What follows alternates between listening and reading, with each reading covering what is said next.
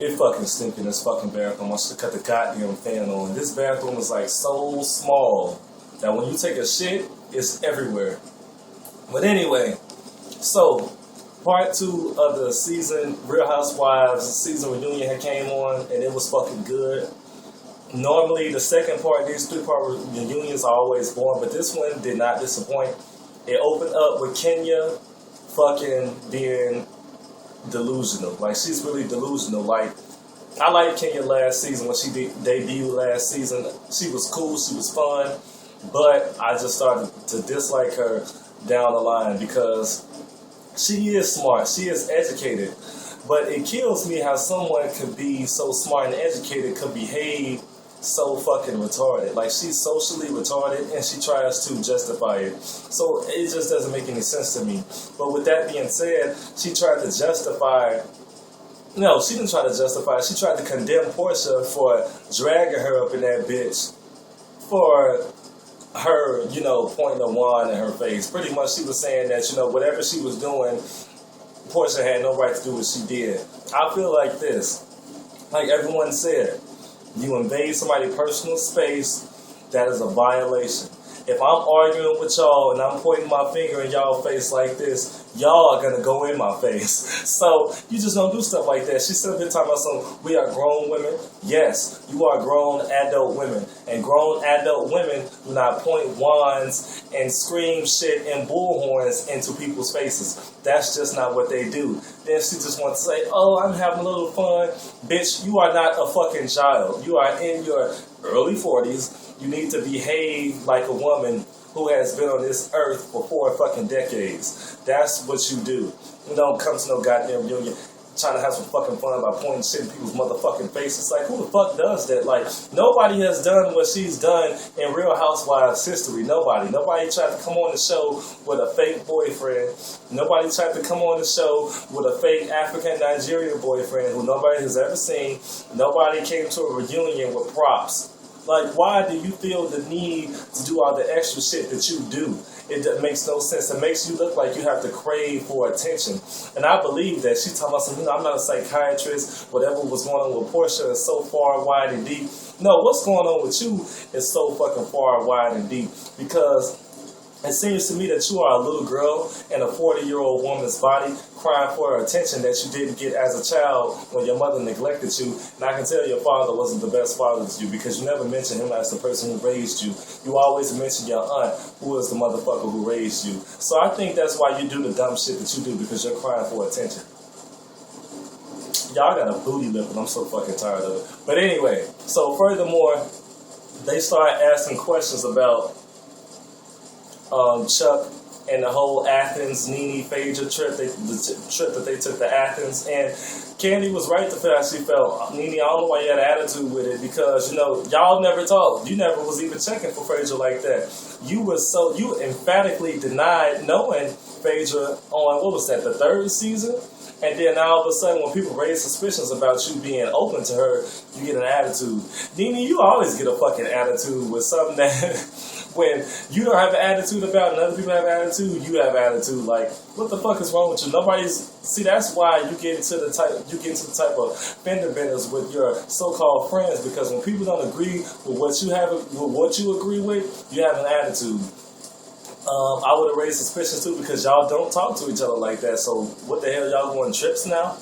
Well, anyway, Chuck is a bitch. I feel like, Phaedra, you should have told Apollo from the fucking beginning what Chuck said to you, because first of all, in situations like that, a husband or wife should never have to find out that another man or another woman disrespected you so wrong, like blatantly disrespected you on national television or later on down the line from somebody else. They should always find that shit from you, first of all. So you should have told Apollo. I understand why you didn't, because he don't need no more cases, but you still should have told him anyway. But the question that the viewer said, like, how could Candy and Phaedra make remarks about Chuck's, the size of his endowment, when they slept with him anyway? Well, like Candy said, they went with him for the sex anyway. But they thought, he was bragging on the size of his endowment. So it's like, you shouldn't be bragging on that. But I would have went on him regardless anyway, because he pretty much played Candy and Phaedra, making it appear to everyone who was watching that they were his hoes on his team, and that's not cool. Clearly, Candy's nobody's hoe, Phaedra's nobody's hoe. Get the fuck out of here. The whole Nene saying that she heard Phaedra was a dick surgeon. I would have asked, no, a head doctor. I would have asked Nene where she heard that from, because according to Phaedra, that's never been a rumor. Somebody heard that shit from somebody. But I think it was big of Nene to personally call Phaedra and apologize for her to saying that, because I wouldn't expect that from her. Furthermore on the line, Mama Joyce came on the fucking scene drunk as a fucking skunk. Like, what the fuck did this bitch have? She may have had some Jackie Christie cognac, because she was just fucking drunk. Like, I couldn't believe it. She wasn't really answering the questions. She was unapologetic like Rihanna on that ass. Like, she just didn't give no fucks because she was drunk. And they really could have just kept her off. I can tell Candy was embarrassed because everybody else was laughing, and she just like... she was just sitting there with that face, with the stank face. I'm like, yeah, Candy, you're embarrassed. I feel sorry for you, because y'all know Candy's my fave anyway. But yeah, I'm not surprised that Ty's mom would call her a bitch, but you know, Mama Joyce, she would being a bitch. I feel as though as a parent, if you don't like your child's significant other, you say you don't. No, first of all, you never offer your opinion to somebody who didn't ask, because it's none of their business unless they ask. So if the Candy were to ask, how do you feel about Ty? You say you don't like him. You say why, and you leave it alone, because your child's relationship is not your relationship. So for this whole season, you were just trying to find something to use against Ty, to defame Ty, so Candy could leave him, was just fucking ridiculous.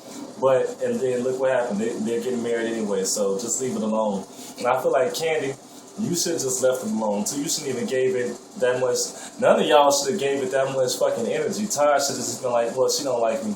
I know I ain't doing shit wrong for her not to like me, so well, that's her insecurity. I'm not responsible for what her issue is. Candy should have said, well, hey, I'm still going to be with Ty anyway, so whatever. We don't even have to talk about this no more. We don't have to talk about it no more. Don't talk to me about it no more. That's just it. So it didn't need to be as dragged and prolonged all throughout the goddamn season. So after she left, she was funny. Mama Joyce was funny, but it was pointless. It was a pointless segment. They started talking about, wait a minute, because I know Kenya and Nene got into it, but I really can't remember what they got into it for. But I really enjoyed them going back and forth. Oh yeah, you know, Kenya was trying to act all innocent, and then Nene was kind of, you know, tearing her new asshole and that fake booty of hers. I mean, let's be clear, Kenya's booty is fake. I seen her on Living Single, Steve Harvey Show, Martin, Fresh Prince of Bel-Air. Her booty was never that big, it's fake. But anyway, her face was always that bad though. But yeah, they were getting, but I really can't remember. But I do remember them getting into it, like exchanging some dialogue about the whole Cynthia beef. The beef with Cynthia. Oh, okay, it's gone. But anyway, yeah, the whole beef with Cynthia. My thing is, like, if Cynthia would have did that, what she said, they wouldn't even still be talking. I agree. Nene, you are a bad friend. Like I said, when people don't agree with what you agree with, all of a sudden they're the enemy. Cynthia has kissed your ass 100 times over. She's been extremely loyal to you, as she said. But I agree with Cynthia. The respect isn't there. When she broke down and started crying, when you were talking about how young girls are just so fast, you should have been the first person to go comfort her, not Kenya and Portia. Those aren't her close friends. You're the close friend. So you definitely would have lost 175 points with me for just sitting there, because if I'm hurting, you are the first person you should be the first person to come to me, not two other people I really don't know like that, at least in comparison to you. So for you to say, well, she never said Cynthia was a bad friend, but I agree with Cynthia, the respect isn't there. Like, it isn't the same. Like, Nene has this superiority complex, and it's evident throughout the whole show. The series of the show. Ever since, I want to say the second, third season, she's just been feeling very superior for no reason at all. But I feel bad for Cynthia because, like she said, Cynthia's a good girl. She doesn't really... Sometimes she does, but the majority of the time, she really doesn't start anything. She's very nice and very polite with everybody. So for you to, like, cross her, it really makes you look bad.